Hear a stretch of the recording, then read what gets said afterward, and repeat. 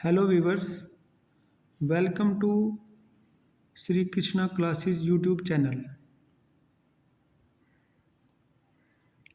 इस लेक्चर में हम लोग एलएलबी 6 सेमेस्टर ऑप्शनल सब्जेक्ट जो कि नंबर स्कोरिंग सब्जेक्ट रहता है, law relating to right to information का डिस्कस करेंगे।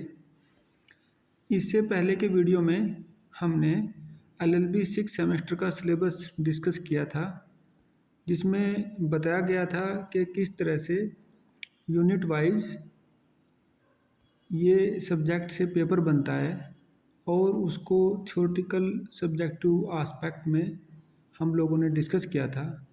नाउ इन दिस लेक्चर अब हम ये देखेंगे कि उस सिलेबस के अकॉर्डिंग एग्ज़ाम पेपर कैसे बनता है, उसका पैटर्न क्या है। और देखिए, ये स्टूडेंट्स का ऑप्शनल सब्जेक्ट रहता है जो कि बाय डिफ़ॉल्ट उनको मिल जाता है in the most of the colleges. ये नंबर स्कोरिंग सब्जेक्ट भी है। इसमें आसानी से ही बहुत ज़्यादा अटैम्प्ट ना करते हुए काफ़ी मटेरियल, काफ़ी कंटेंट मिल जाता है और उसके अकॉर्डिंग क्वेश्चंस को आंसर लिखने और उसके आंसर बनाने बड़ा आसान रहता है। अब देखिए, हम इसको अब डिस्कस करते हैं। देखिए, जैसे कि क्वेश्चंस के आजकल पैटर्न आ रहे हैं, ये भी उसी पैटर्न पर सेक्शन ए, सेक्शन बी और सेक्शन सी तीनों सेक्शन पर आधारित है। सेक्शन ए में आप देखिए, ये है very short answer type questions. Very short में आप देखिए, इसमें अटैम्प्ट ऑल 5 क्वेश्चंस, इस questions carries 4 marks. Very short answer is required not exceeding 75 words. ये उन्होंने वर्ड लिमिट भी लगा रखी है।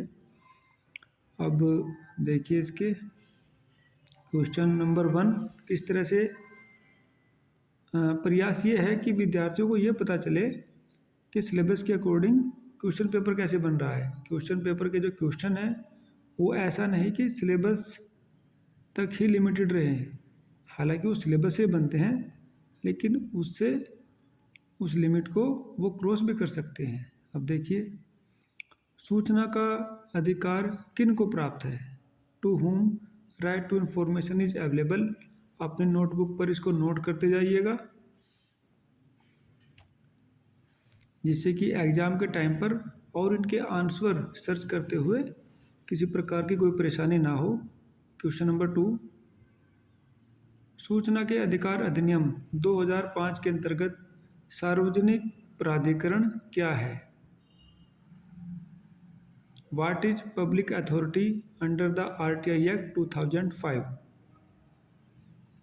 क्वेश्चन नंबर 3, देखिए, हम इसके क्वेश्चन की एक्सप्लेनेशन में इस लेक्चर में नहीं जाएंगे।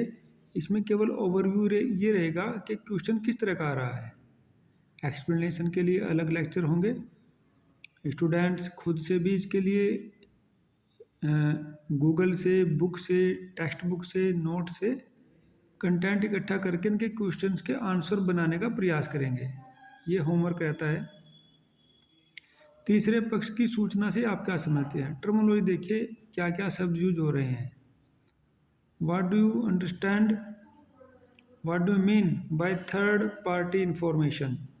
ये सब सूचना का अधिकार अधिनियम राइट टू इंफॉर्मेशन एक्ट 2005 के ऊपर आधारित है, उसी की एक्सप्लेनेशन है। सूचना प्राप्त करने वाले प्रार्थना पत्र के निस्तारण की सूचना के अधिकार अधिनियम 2005 के अंतर्गत प्रक्रिया लिखिए।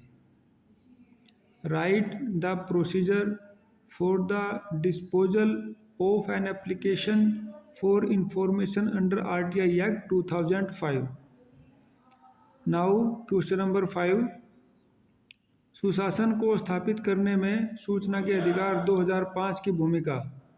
Role of RTI act 2005 for good governance. Okay, now that is section B, short answer type questions.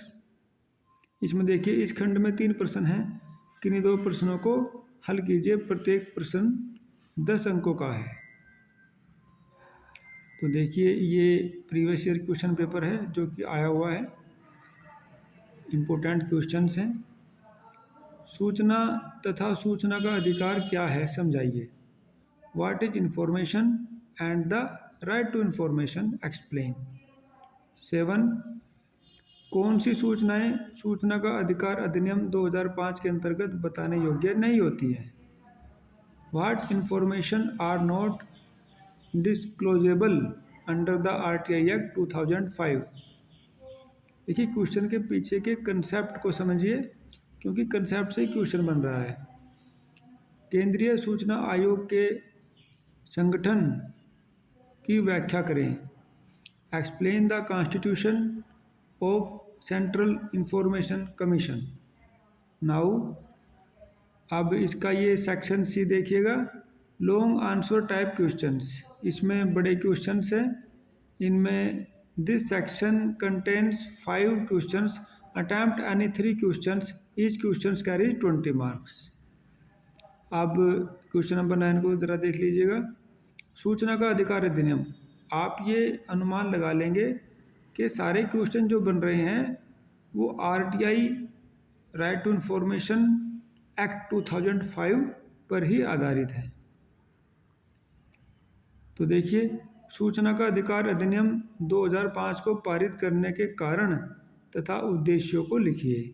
ये वेरी इंपॉर्टेंट क्वेश्चन है, रिपीटेड क्वेश्चन है, बार बार रिपीट हो रहा है। Explain the reasons and objects for the enactment of right to information act 2005। ये question number 9 हो गया। अब ये देखिए क्वेश्चन नंबर 10 पे, सूचना का अधिकार अधिनियम 2005 किन संस्थानों पर लागू नहीं होता है। क्या यह अबाध्यता पूर्ण है। अब देखिए इसको इंग्लिश में, ये दोनों ही भाषाओं में।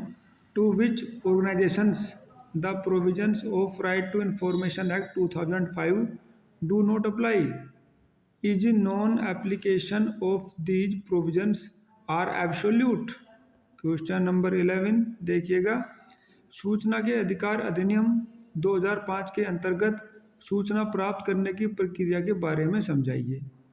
Explain the procedure for obtaining information under the RTI act 2005। इसमें प्रोसीजर पूछ रखा है, इसको नोट करने पे नोटबुक पर, ये रिपीटेड क्वेश्चन है। क्वेश्चन नंबर 12, सूचना के अधिकार अधिनियम 2005 के अंतर्गत अपीलीय प्रावधानों की व्याख्या कीजिए। Explain the provisions of appeals under the RTI act 2005। इसमें अपीलीय अधिकारों की व्याख्या के लिए पूछा गया है। और ये लास्ट क्वेश्चन, क्वेश्चन नंबर 13 देखिए इसको, केंद्र तथा राज्य सूचना आयोगों के पदाधिकारियों की स्थिति के संबंध में सूचना के अधिकार अधिनियम 2005 में हाल में हुए संशोधनों की समीक्षा कीजिए। Critically examine the recent amendments made under RTI act 2005 relating to the position of office bearers in central and state information commission. तो इस तरह से आप ये जान लेंगे कि ये हमारा क्वेश्चन पेपर किस तरह से बना है। ओवरऑल 13 क्वेश्चन इसमें हैं और कंसेप्ट उनके अंदर छिपा हुआ है। इसलिए विद्यार्थियों को चाहिए कि क्वेश्चंस को बार बार समझे, बार बार पढ़े और उसके पीछे छिपे हुए कंसेप्ट को समझने का प्रयास करे, उसको लिखे, कंटेंट इकट्ठा करे और इस तरह से इनके आंसर को बनाने का प्रयास करेंगे। तो आज का जो ये लेक्चर है ये मुख्य रूप से LLB 6 सेमेस्टर स्टूडेंट्स के लिए ऑप्शनल सब्जेक्ट जो उनको दिया गया है, जो कि नंबर स्कोरिंग सब्जेक्ट रहता है, आसान भी है, law relating to right to information. I think हमारा ये प्रयास आपके लिए काफ़ी हेल्पफुल रहेगा। Thank you for listening. Thank you very much.